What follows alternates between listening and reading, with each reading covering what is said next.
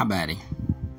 Leo nataka kukuambia jinsi gani unapozidi kulizalau jeraha aidha dogo ama kubwa, unakuwa kwenye hatari kubwa ya kuweza kupata madhara ya mifupa pamoja na ganzi mwilini.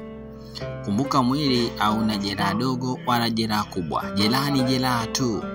Labda nikuambie moja ya story ambayo huyu ni mgonjwa wangu ambaye alinipigia simu kutokea Kenya.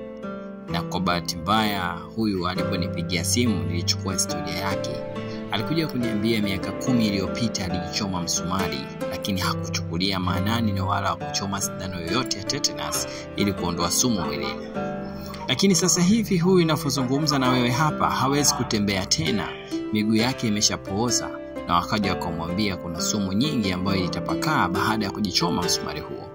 Na ndio maana hata leo nakwambia wewe usipuuze jeraha. Hakuna jeraha dogo wala jeraha kubwa. Jeraha ni jeraha tu.